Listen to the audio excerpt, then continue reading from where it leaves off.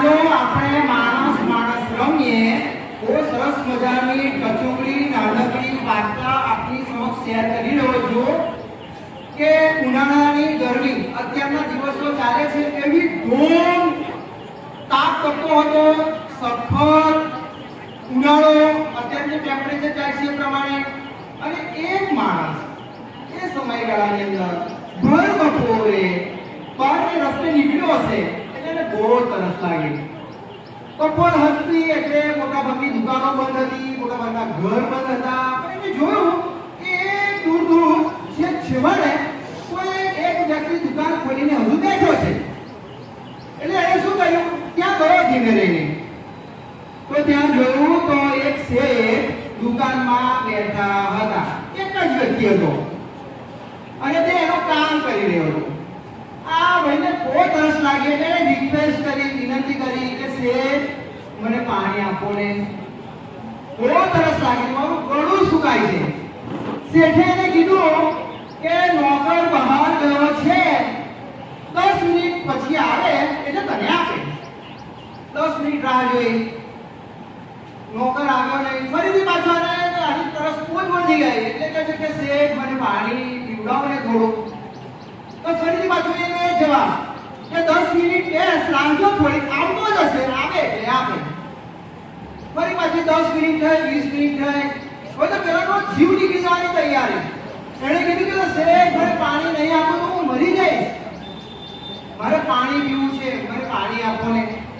ત્રીજી વાર પણ એ શેઠે એવો જવાબ આપ્યો કે માણસ આવે એટલે આપું, એની પાસે પાવડાવું, પણ એને પાણી આપ્યું નહીં. અને છેલ્લે એને બહુ સરસ વાક્ય કીધું, સાંભળો, આ સાંભળવા જેવું છે કે શેઠ તમે થોડીક વાર માણસ બની જાવ ને. ધ્યાન આવશે બેટા, શું કીધું? તમે થોડીક વાર માણસ બની જાવ ને. એટલે મિત્રો કહેવાનો અર્થ એ છે કે આપણે માણસ છે ખરા, વિવિધ પ્રકારની જોબ કરે છે, ડોક્ટર, પ્રોફેસર, એન્જિનિયર, શિક્ષક, કોઈ પણ હોદ્દા પર હોઈએ, પણ જ્યાં સુધી આપણામાં માનવતા નથી ને ત્યાં સુધી બધું જ લગાવું. એટલે આપણી પાસે સારા સંસ્કાર, સારા ગુણો હોવા જોઈએ. અને ખાલી ગુણો જાણવા નથી થતો, સેવા વિશે આપણે બધું બહુ જાણીએ છીએ, પણ જ્યાં સુધી સેવાની શરૂઆત ના કરીએ ને તો આપણું શિક્ષણ બધું વ્યર્થ કહેવાય. કાલે બધા જ વર્ગની અંદર ખાસ કરીને મેં મધર ટેરેસા વિશેની વાત કરેલી. વૈષ્ણવ જન તો તેને કહીએ પર પીડાઈ જાણે, બીજાની પીડાને જાણે છે. તો મધર ટેરેસાને વિશ્વ આખાએ મધર માનું નામ કેમ આપ્યું, માં તરીકે એને કેમ સ્વીકારી? નોબેલ પ્રાઇઝ, વિશ્વનો સૌથી ઊંચો પ્રાઇઝ છે, એવોર્ડ છે, એને મળ્યો. અને ભારત સરકારે પણ ભારત રત્ન એવોર્ડ આપ્યો. કેમ આપ્યો ખબર છે? એ તો યુગોસ્લોવિયાથી આવ્યા. ભારતમાં કોલકાતામાં મોતીજી નામની વસ્તીમાં રહ્યા અને 60 ઝૂંપડપટ્ટાની અંદર ગરીબ લોકો, રોગી લોકો, ભૂખ્યા, ભિખારી, આવા બધા લોકોને નવડાવીને એમણે સ્વચ્છ કર્યા. બીમાર લોકો માટે દવાખાના ખોલ્યા, હોસ્ટેલો ખોલી, વૃદ્ધો માટે અને વૃદ્ધાશ્રમ ખોલ્યા.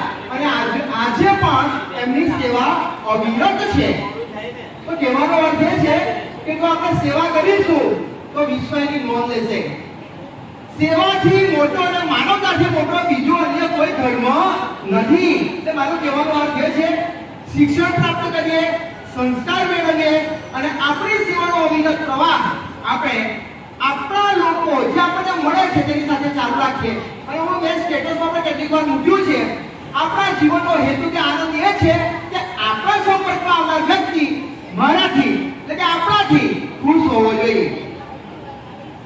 આપણને કોઈ મળે છે અને એને ગમતું નથી તો સમજી લો કે તમારી અંદર એવી કોઈ ખુંદક ભરેલી છે કે એવી કઈ બાબતો છે કે સામેનાને ગમતી નથી.